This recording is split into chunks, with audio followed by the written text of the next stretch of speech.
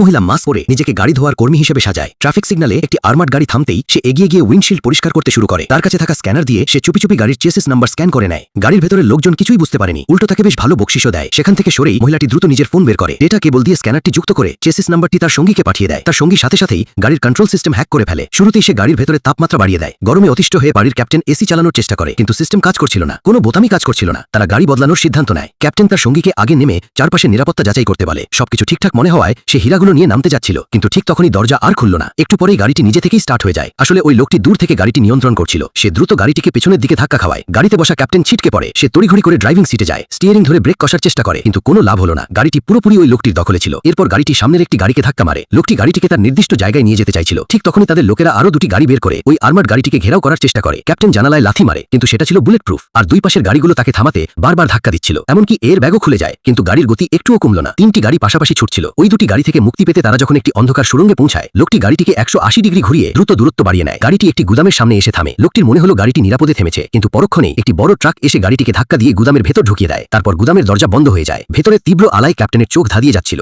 সে আলোর দিকে গুলি চালায়, কিন্তু বুলেট প্রুফ উইন্ডশিল্ড গুলিটিকে তার দিকেই ফিরিয়ে দেয়। যে যাত্রায় সে অল্পের জন্য বেঁচে যায়। এরপর গাড়ির ভেতর ভয়ঙ্কর সব শব্দ বাজতে শুরু করে। লোকটি রিমোট দিয়ে গাড়ির বনেট খোলে, এক্সস্ট পাইপ সরিয়ে সেখানে বিষাক্ত গ্যাসের পাইপ জুড়ে দেয়। সে সুইচ চাপতেই ভেন্ট দিয়ে গাড়ির ভেতর বিষাক্ত গ্যাস গড়তে শুরু করে। ক্যাপ্টেন হাত দিয়ে ভেন্ট আটকানোর চেষ্টা করে, কিন্তু গ্যাস থামছিল না। অবশেষে সে হার মেনে নেয় এবং হীরার বাক্সটি শক্ত করে জড়িয়ে ধরে। কিছুক্ষণ পর সে অজ্ঞান হয়ে যায়। পুলিশ যখন গুদামে পৌঁছে হীরার বাক্সটি খোলে, তখন ভেতরে শুধু সেই টাকাগুলোই ছিল যা গাড়ির লোকজন মহিলাটিকে বকশিশ হিসেবে দিয়েছিল। হাজার কোটি টাকার হীরা তো ওই মহিলা আর তার সঙ্গী আগেই নিয়ে পালিয়েছে। বন্ধুরা, এই চুরির মাস্টার প্ল্যানটা কেমন লাগলো? আর এমন আরো কিছু দেখতে আমাকে সাবস্ক্রাইব করে দাও।